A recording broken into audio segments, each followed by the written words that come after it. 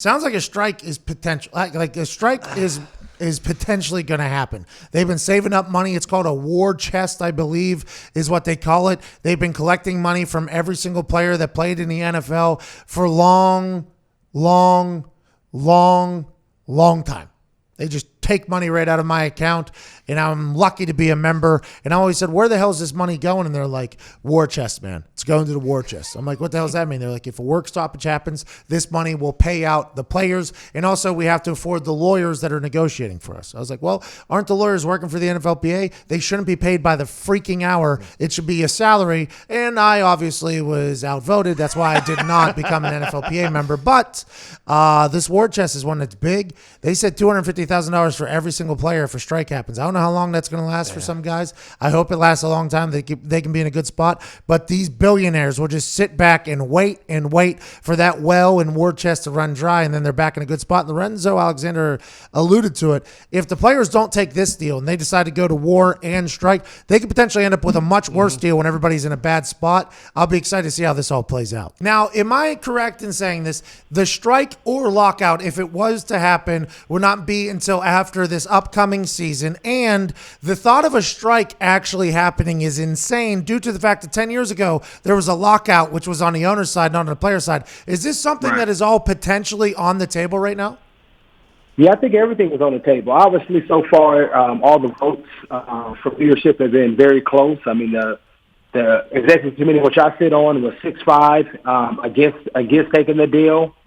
The player reps were 17-14 with one abstention for the deal. And so who knows what our players collectively will vote for. And so with that unknown, you have to prepare for every situation that might occur. They might take the deal. They may not. Well, we may have to go back to renegotiate after next season. And then if we still don't like it, there may be possibly of a strike, in which you can see on Twitter, people are, as far as the players, are gearing up as far as they support those guys that may feel the need to cross because of financial burdens that they have just from living life and having a family. Marquise Pouncey, Mike Pouncey, and I believe, I forget who the third player was. Russell Okung. Russell Okung are offering up $250,000. They said this will be separate from the already strike fund that's $250,000. So the NFLPA has already put aside a potential $250,000 strike fund for players, and then these three guys are trying to organize a group to put together more money. This is something you guys must have thought about for a long time if there's already a $250,000 strike fund for every single player in the NFL.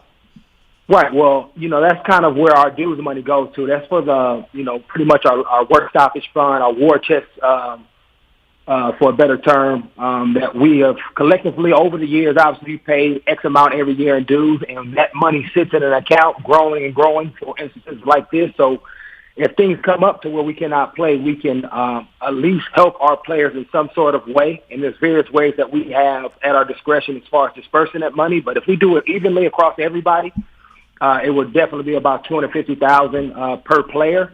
But you see guys in a leadership role like a Russ, like the Pouncey twins, like some other guys around this league that have made a substantial amount of money who won't need that money, so they may forego that $250 that the union will be able to provide them, as well as I think invest in other players as well by giving their own money just to help solidarity. And really, at the end of the day, to help us be able to gain leverage in what we want if it comes to us having a strike. If you guys have the strike, by the way, I'm happy I could be a part of that. That happened. I'm pumped. I'm pumped that I'm a part of that. Good for the team there. If a strike happens, isn't the game for the NFL just a waiting game, right? Because don't they just assume like, okay, at some point this money's going to run out, and then once again we're back into a great point of leverage? And is that what you guys are expecting to happen if you're to strike? Is that why there's a potential? Yeah. That's why I think that's why you see some guys, like I said before, that have made a lot of money that are willing to kind of step up and try to ease some of that financial stresses that some of our guys will have during that time.